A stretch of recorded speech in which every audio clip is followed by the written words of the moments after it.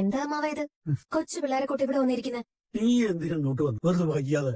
അതൊന്നും സാരമില്ല. അമ്മാവൻ വന്നേ, അവിടെ ആഹാരം എടുത്ത് വെച്ചിട്ടുണ്ട്. എനിക്കിപ്പോ വിശപ്പില്ല, ഞാൻ പിന്നെ കഴിച്ചോളാം. ഇന്നലെ രാത്രി മുതലേ ഒന്നും കഴിക്കാതെ കിടന്ന ആളിന് നേരം വെളുത്ത് ഇത്രയും നേരമായിട്ടും വിശപ്പില്ലെന്ന് പറഞ്ഞാ ഞാനത് വിശ്വസിക്കണോ? കൊള്ളാം. നോക്കമ്മാവ, ചെറിയ വായ കൊണ്ട് വലിയ വർത്തമാനം പറയാണെന്ന് വിചാരിക്കല്ലേ. നമ്മുടെ ഈ വീട്ടിന്റെ നാഥനാ അമ്മാവൻ. ഈ ഞാൻ ഉൾപ്പെടെ എല്ലാവരെയും തെറ്റ് ചെയ്ത തല്ലാനും ശാസിക്കാനും, നല്ലത് ചെയ്ത ചേർത്ത് പിടിച്ച് തലയിൽ കൈവച്ച് അനുഗ്രഹിക്കാനും ഉത്തരവാദിത്തപ്പെട്ട ഒരാളാ. ആ അമ്മാവൻ തന്നെ കുട്ടികളെ പോലെ ഇങ്ങനെ വാടി തളർന്നിരുന്ന. അത് നിനക്ക് എന്റെ പ്രായമാവത്തോണ്ട് തോന്നുന്നതാ. വയസ്സാവും തോറും നമ്മള് കുട്ടികളെ പോലെ ആയി മാറുമെന്ന് പറയുന്നത് സത്യമാ. അങ്ങനെ വരുമ്പോ നമ്മള് കാര്യമായിട്ട് പറയുന്നത് പോലും എല്ലാവർക്കും കുട്ടികളെ ആയിട്ടേ തോന്നും. പറയുന്ന ആളിന്റെ ഉള്ളിൽ പിടയ്ക്കുന്നത് മാത്രം ആർക്കും അറിയില്ല. അമ്മാവന്റെ വിഷമം എനിക്ക് മനസ്സിലാവും. പക്ഷെ പൊറുക്കാനാകാത്തതായിട്ടൊന്നും അമ്മായി ചെയ്തിട്ടില്ലല്ലോ. ഇനിയിപ്പൊ അമ്മായിയുടെ കാര്യം പോട്ടേന്ന് വെക്കാം. പക്ഷെ അമ്മാവൻ എന്താ അഞ്ജലിയുടെ കാര്യം ആലോചിക്കാത്ത? ഈ വീട്ടിലുള്ളവരുടെ ഉള്ളു പിടയ്ക്കുന്നത് തിരിച്ചറിഞ്ഞതുകൊണ്ട് മാത്രം അഞ്ജലി കാർത്തിക് പത്മ കേസിന്ന് പിന്മാറിയത്. അല്ലെന്ന് പറയാൻ പറ്റുമോ അമ്മാവന്? ഇപ്പൊ അവൾ ഈ കേസേ വിട്ടിട്ടുള്ളൂ. അമ്മാവനും അമ്മായിയും ഇനി ഇതുപോലൊക്കെ തുടർന്നാൽ അവളൊരു പക്ഷെ ഈ വക്കീൽ പണി തന്നെ വേണ്ടാന്ന് വെക്കും. എനിക്കറിയാം അവൾ അത് ചെയ്യും. അതുകൊണ്ടാ ഞാൻ പറഞ്ഞത്, കഴിഞ്ഞത് കഴിഞ്ഞു. അമ്മാവൻ പഴയതുപോലെ നോർമൽ ആവണം, ചിരിക്കണം, അഞ്ജലിയോടും അമ്മായിയോടും എല്ലാവരോടും സംസാരിക്കണം, എല്ലാവരോടും പഴയതുപോലെ നന്നായിട്ട് ഇടപഴകണം. ബാക്കിയൊക്കെ താനേ ശരിയാവും. നമ്മുടെ സന്തോഷം നമ്മൾ തന്നെ കണ്ടെത്തുന്നതല്ലേ അമ്മാവാന്റെ ഒരു ശരി? കൊള്ളാം, നിന്റെ സംസാരം എനിക്ക് ഇഷ്ടപ്പെട്ടു. ടെസ്റ്റ് എഴുതാനായിട്ടാണെങ്കിലും ഒരുപാട് വായിക്കുന്നോണ്ടായിരിക്കും. മോള് ചെല്ല്, ഞാൻ വരാം. ആ ശരി, അമ്മാവൻ വന്നിട്ട് ഞാൻ കഴിക്കും. ഹലോ സർ, ഉടനെ വരും സർ. അല്ല, വക്കീലെന്താ ഇവിടെ? ഇത് പ്ലേ ഗ്രൗണ്ട് ആണ്, കളിക്കാനുള്ള കോർട്ട്, സെഷൻ കോർട്ട് അല്ല. അറിയാം, കോർട്ട് അറിഞ്ഞു തന്നെയാ അഞ്ജലി കളിക്കാൻ തീരുമാനിച്ചു വന്നത്. അതെ, ആഗ്രഹമൊക്കെ കൊള്ളാം. പക്ഷേ ഇവിടുത്തെ പിള്ളേരുടെ ഇടയിൽ കളിച്ചു നിൽക്കാൻ ഇത്തിരി പാടാ. വക്കീല് കുറച്ച് പേർക്കും. ഒബ്ജെക്ഷൻ കാർത്തിക് സാറേ, നിങ്ങൾ ഈ പിള്ളേരെന്ന് പറയുന്ന തടിയന്മാര് പണ്ടൊരു ഘോഷയാത്രക്കിടയിൽ കളിക്കാൻ ഇറങ്ങിയപ്പോ എന്റെ കയ്യിൽ നിന്ന് വാങ്ങിക്കൂട്ടിയത് ചോദിച്ചാ മതി. നമ്മുടെ കഥയിലെ അന്നത്തെ എപ്പിസോഡ് ഓർമ്മയില്ലേ?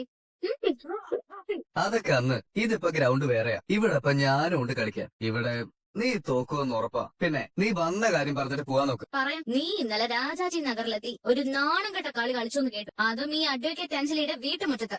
ഓ, അപ്പൊ അതാണ് കാര്യം. ഞാൻ ഈ വരവ് കുറച്ചുകൂടെ നേരത്തെ പ്രതീക്ഷിച്ചു. അല്ല, എന്തു പറ്റി? സ്വല്പം ലേറ്റ് ആയി പോയല്ലോ. എന്തു പറയാനാ ദാസ, ഓരോന്നിനും അതിന്റേതായ സമയമുണ്ടെന്നല്ലേ ശ്രീനിവാസൻ സാർ പറഞ്ഞിട്ടുള്ളത്.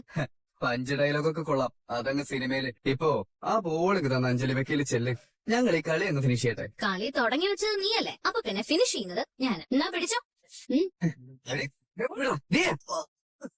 വേണ്ട, ഈ കുരുക്കൊന്ന് മുറുക്കിയ തീരാവുന്നതേ ഉള്ളൂ. നെഞ്ചി നെകളി. നീ എന്റെ അച്ഛന്റെ കഴുത്തിൽ നോട്ടുമാല ഇട്ടു. അതിന് പകരമായിട്ട് ഞാൻ നിനക്കൊരു കയറുമാല വാങ്ങിത്തരും. കേട്ടോടാ പൊറുപ്പിന്റെ സന്തതി. എന്താണ് നീ ഒന്നും അനങ്ങാത്തെ? നീ ആ CCTV ക്യാമറയുടെ മുന്നിൽ നിന്നാ ഈ ഷോയൊക്കെ കാണിച്ച്. ഇത് അവളൊരിക്കൽ ട്രാപ്പല്ലെന്ന് ആര് കണ്ടു? വെറുതെ ആവശ്യം കാണിക്കരുത്. നീ നടങ്ങ്, നമുക്കവിടെ പോക്കാം. അതെ, തനിക്ക് എന്താ ഇവിടെ ജോലി? മാനേജറാണോ അതോ കട ഉടമസ്ഥനോ? സോറി സർ, ഒരല്പം താമസിച്ചു പോയി. അല്പോ നോക്ക്, 40 മിനിറ്റ്. ഇങ്ങനെയാണെങ്കിലേ നിങ്ങളുടെ സേവനം ഇവിടെ വേണമെന്നില്ല. കഴിഞ്ഞ ദിവസം തന്റെ ഭാര്യയ്ക്ക് സുഖമില്ലെന്ന് പറഞ്ഞ് ഇടയ്ക്ക് വെച്ച് മുങ്ങി. ഇന്ന് മോളായിരിക്കും പ്രശ്നം, നാളെ ഇനി അച്ഛൻ. അങ്ങനെയൊന്നുമില്ല സർ, ഇനി ഇത് ആവർത്തിക്കില്ല. ആവർത്തിക്കാതിരുന്നാ തനിക്കുകൊള്ളാം. നിന്ന് ചുറ്റിത്തിരിയാതെ വേഗം പോയി ഡ്യൂട്ടി ചെയ്യാൻ നോക്ക്. വെറുതെ മനുഷ്യനെ മെനക്കെടുത്താനായിട്ട്. ആദ്യം എന്താ ഈ ബണ്ടിലെടുത്ത് സ്റ്റോർ റൂമിലെ റാണി ഏൽപ്പിക്കും. ശരി സർ. ഇതാണ് പരിചയക്കാരുടെ കെറോഫിൽ വരുന്നവരെ ജോലിക്ക് വെച്ചുള്ള കുഴപ്പം. കൈയും കാലും പിടിച്ച് പണിക്ക് കയറിയ പിന്നെ അടുത്ത ദിവസം മുതൽ നമുക്കിട്ട് പണി. എന്തൊരു പാടപ്പായി. ഹേയ്, ഇല്ലില്ല, ആന്റിക്സിനോടൊന്നും ഇപ്പൊ വലിയ താല്പര്യമൊന്നുമില്ല ആർക്കും. ഡിസൈനർ കളക്ഷനാ ഇപ്പോഴത്തെ ട്രെൻഡ്. ഞാനേ കുറച്ച് ഫോട്ടോസ് അയച്ചുതരാം, ഇയാളൊന്ന് നോക്ക്. ശരി. ജോർജേട്ടാ, ഞാൻ ഇവിടെ ടെക്സ്റ്റൈൽസില് ഒരു ചുരിദാർ ഓൾട്ടർ ചെയ്യാൻ കൊടുത്തിട്ടുണ്ട്. വാങ്ങിട്ട് ഇപ്പൊ വരാം, വണ്ടി തിരിച്ചിട്ടേക്ക്. ആയിക്കോട്ടെ. ഹലോ, ഒരു മിനിറ്റ്, ഇപ്പൊ അയക്കാം. എന്താ ഒരു കള്ളക്കളി? ഒന്നുമില്ല സർ, ഞാൻ വെള്ളം കുടിക്കാനായിട്ട് വെള്ളം കുടിക്കാനായി. താൻ അടിമുടി ഉടായിപ്പാണല്ലോടോ. അങ്ങനെയൊന്നുമില്ല സർ. താനങ്ങ് പറഞ്ഞാ മതിയോ? എനിക്കും കൂടെ തോന്നണ്ടേ? ഒന്നുമില്ല സർ, ഒരു കുഴപ്പമില്ല. ഈ വണ്ടി അധികം നാളെ ഓടൊന്നും തോന്നുന്നില്ല. വക്കീല് ചേച്ചി സ്കൂട്ടർ എടുത്ത് സിനിമ സ്റ്റൈല് എങ്ങോട്ടോ പാഞ്ഞു പോയെന്ന് പത്മ പറഞ്ഞായിരുന്നു. നീ എങ്ങോട്ടാ പോയത്? ഒരു ചെറിയ പണി ഉണ്ടായിരുന്നു, അതങ്ങ് തീർത്തു. ചിലതൊന്നും നാളേക്ക് വെച്ചാൽ ശരിയാവില്ല, അതുകൊണ്ടാ കയ്യോടെ തീർക്കാന്ന് വെച്ചത്. നിന്റെ ഫോണ്. നിന്റെ ഒരു മുഖലക്ഷണം കണ്ടിട്ട് എടുത്ത പണി അത്ര ചെറുതാണെന്ന് തോന്നുന്നില്ലല്ലോ. കാര്യമായിട്ട് പണിതിട്ട് വരുന്ന ലക്ഷണം. എന്താ സംഭവം? എന്നോട് പറയേ. അതെ, കാര്യം നമ്മൾ ഇടത്തരക്കാരാ. കാശിന് അത്യാവശ്യം ബുദ്ധിമുട്ടും ഉണ്ട് എന്ന് കരുതി കടം വാങ്ങി വീട്ടിൽ വെച്ചിട്ട് അത് തിരികെ കൊടുക്കാതിരിക്കുന്നത് അത്ര നല്ല ഏർപ്പാടല്ലല്ലോ, ആണോ? കടോ? മനസ്സിലായില്ല. അല്ല, അങ്ങനെ മനസ്സിലാക്കാൻ വേണ്ടിയൊന്നുമില്ല. ഒരുത്തൻ ഇങ്ങോട്ടൊരു സംഗതി കൊണ്ട് തന്നു, ഞാനത് അങ്ങോട്ട് ചെന്ന് തിരിച്ചു കൊടുത്തു. ആ കട അങ്ങ് വീട്ടി, അത്രേ ഉള്ളൂ. അല്ല, അതൊക്കെ പോട്ടെ, ഞാൻ ഇങ്ങോട്ട് ഓട്ടോയിൽ കയറ്റി വിട്ട ആളെവിടെ? എന്റെ ക്ലയന്റ് പത്മ എന്ന പത്മകുമാരി. ആ അവളിപ്പോ ഇവിടെ ഉണ്ടായിരുന്നു. അമ്മായി നനച്ചുകൊണ്ട് വന്ന തുണി വാങ്ങിയിട്ടേ അത് വിരിച്ചിട്ട് വരാന്ന് പറഞ്ഞ് ഇപ്പൊ അങ്ങോട്ട് പോയതേ ഉള്ളൂ. ആണോ? എന്നല്ലേ ഞാൻ പോയി ആളെ ഒന്ന് കണ്ടിട്ട് വരാം. ഒരു 2 മിനിറ്റ്. ഇങ്ങോട്ട് കൊണ്ടുവന്ന കടം അങ്ങോട്ട് ചെന്ന് തിരികെ കൊടുത്തു. ഓ അപ്പൊ അവൾ ആരെയോ എടുത്ത് പഞ്ഞി കിട്ടുന്ന സാരം. മിക്കവാറും അത് ഇന്നലെ ഇവിടെ വന്ന് ഷോ കാണിച്ചവൻ തന്നെ ആയിരിക്കും. താനാരേ തന്നാരേ തക താനാരേ തന്നാരേ. എന്താ ഒരു ആലോചനയും തപസ്സും? ഞാൻ എന്നെ കുറിച്ച് ആലോചിക്കായിരുന്നു ചേച്ചി. ഓ അങ്ങനെ അവനവനെ കുറിച്ച് ഇടയ്ക്കൊക്കെ ആലോചിക്കുന്നത് നല്ല കാര്യം. അത് പക്ഷേ ഹിമാലയത്തിലായിരുന്നെങ്കിൽ കുറച്ച് പുണ്യമെങ്കിലും കിട്ടിയേനെ. ഞാൻ കാര്യമായിട്ടാ പറഞ്ഞത്. ചേച്ചി കേസ് വിട്ട സ്ഥിതിക്ക് ഞാൻ എങ്ങനെ പിന്നെ ഇവിടെ നിൽക്കുന്നേ? അല്ലെങ്കിൽ തന്നെ ചേച്ചിക്ക് ഇവിടെ 1000 പ്രശ്നങ്ങളുണ്ട്. അതിനിടയിൽ ഞാൻ കൂടി നിന്ന് അത് ചേച്ചിക്ക് ഒരു ബാധ്യത ആവില്ലെന്ന് ഓർക്കുമ്പോഴാ. മതി കാര്യം പിടികിട്ടി. ഇനി അതിനുള്ള ഉത്തരം കൂടി അങ്ങ് തന്നേക്കാം. ഞാൻ കാർത്തിക് പത്മ കേസ് വിട്ടു എന്നുള്ളത് നേരെ. പക്ഷേ അതിനർത്ഥം പത്മയ്ക്ക് ഞാൻ നീതി വാങ്ങി തരില്ല എന്നൊന്നും അല്ല. നിനക്ക് അർഹതപ്പെട്ട നീതി തന്നെ ലഭിക്കും. അതിനുള്ള തെളിവുകൾ എന്റെ പക്കലുണ്ട്. ഞാൻ കേസ് വിട്ടെന്ന് കരുതി ആ തെളിവൊന്നും ഇല്ലാതാവുന്നില്ലല്ലോ. ആദ്യം നിന്റെ വക്കാലത്ത് ഞാൻ മറ്റൊരു വക്കീലിന് കൈമാറും. ശേഷം ആ തെളിവുകൾ എത്തിക്കേണ്ടടുത്ത് എത്തിക്കണം. അതിനെ എനിക്ക് വേണ്ടത് അല്പം കൂടി സാവകാശം. അതുകൊണ്ടാ നിന്നോട് ഞാൻ ഇവിടെ നിൽക്കാൻ പറഞ്ഞത്. 1 മിനിറ്റ്, ഞാൻ ജാഫർ സാറിനെ ഒന്ന് വിളിക്കട്ടെ. എന്തായി? ഞാൻ തന്ന ചുരിദാർ ഓൾട്ടർ ചെയ്തായിരുന്നോ? 1 മിനിറ്റ് മാഡം.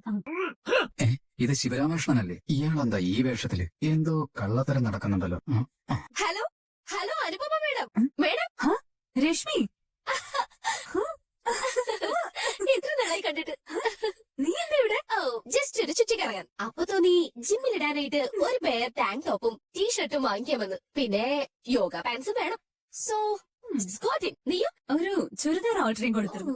അല്ല, അമ്മയും അച്ഛനും? അവരിപ്പോഴും യുകെയില്ല. But I am not interested. ഇവിടെ എന്തെങ്കിലും തുടങ്ങണം. What about you? നമുക്കൊരു പാർട്ണർഷിപ്പ് പരിപാടി പിടിച്ചാലോ? എന്റെ മനസ്സിൽ ചില ബിസിനസ് ഐഡിയാസ് ഒക്കെ ഉണ്ട്. പിന്നെന്താ, നമുക്ക് ആലോചിക്കാലോ. താങ്ക്സ്. പേയ്മെന്റ് ഞാൻ അഡ്വാൻസ് ചെയ്തതാ. അറിയാം മാഡം. അപ്പൊ ഞാനങ്ങോട്ട്. 1 മിനിറ്റ്, നീ വണ്ടിയിലല്ലേ വന്നത്? നീ വരുന്നോ? യെസ്, ഞാൻ വണ്ടി എടുത്തില്ല. എന്നെ ആ ഫാഷൻ ഹബിൽ ഒന്ന് ഇറക്കാവോ? ക്യാൻവാസ് അവിടെ പറഞ്ഞു വെച്ചിട്ടുണ്ട്. Of course. Thank you. Madam payment എടുത്തിട്ടുണ്ട്. ഓക്കെ. It's okay madam. ഓ ഞാൻ കൊണ്ടുവരാം. Okay madam. പോവാൻ ജോർജേട്ടാ. ആ, പോവാം. എന്താ ജോർജേട്ടാ, എന്താ നോക്കുന്നത്? ഞാൻ കുറച്ചു നേരത്തെ ഇവിടെ ഒരു സെക്യൂരിറ്റി കണ്ടായിരുന്നേ. എവിടെയോ കണ്ട നല്ല മുഖപരിചയം. ഒന്ന് ആലോചിച്ചപ്പോ കുഞ്ഞിന്റെ അച്ഛന്റെ മുഖച്ഛായ പോലെ തോന്നി എനിക്ക്. എന്നിട്ട് അയാൾ എവിടെ? ഇവിടെ ഉണ്ടായിരുന്നു. എന്നെ കണ്ടപ്പോ പെട്ടെന്ന് പോയി കളഞ്ഞു. ചിലപ്പോ എനിക്ക് തോന്നിയതായിരിക്കും. ജോർജേട്ട വണ്ടി എടുത്തേ, നമുക്ക് പോവാം. ആയിക്കോട്ടെ കുഞ്ഞെ. എടോ, താനെന്താടോ അവിടെ വിളിച്ചു കളിക്കുന്നേ? തന്നെ അടുക്കളയിലെ കുശിനി പണിക്കല്ല നിർത്തിയിരിക്കുന്നത്. ഈ കടയുടെ സെക്യൂരിറ്റി കടായിട്ടാ. അവിടെ ചെന്ന് നിൽക്കണോ? 1 മിനിറ്റ്, ഞാൻ എന്റെ ഹാൻഡ് ബാഗ് മറന്നുപോയി. അതെ, ആ സെയിൽസ് ഗേളില്ലേ മിനി, അവളുടെ മുമ്പിൽ എന്റെ ബാഗ് വെച്ച് മറന്നിട്ടുണ്ട്. വാങ്ങിക്കൊണ്ട് വാ. താൻ എന്താണോ കുന്ത പിഴിഞ്ഞ പോലെ നിൽക്കുന്നേ? പോയി അത് എടുത്തിട്ട് വാ. മിനിക്ക് എന്നെ അറിയാം. പോയി വേഗം എടുത്തിട്ട് വാ. പുതിയ ആളാ, അതാ എന്നെ അറിയാത്തത്. സാരമില്ല, ഇനി ഓർത്തോളൂ. വല്ലപ്പോഴും വരുമ്പോ വല്ല നക്കാപ്പിച്ചും കൊടുത്താൽ മതി. ഇത് നോക്കി നിൽക്കാതെ വാങ്ങിച്ചോ. ഞാനിത് സാധാരണ കൊടുക്കുന്നതാ. ചിലർക്ക് കാശ് വാങ്ങി ശീലം ഉണ്ടാവില്ല, കടം വാങ്ങിയാകും ശീലം. അതാ ഒരു ഡെലിക്കസി. പിന്നെ പിടിക്ക്.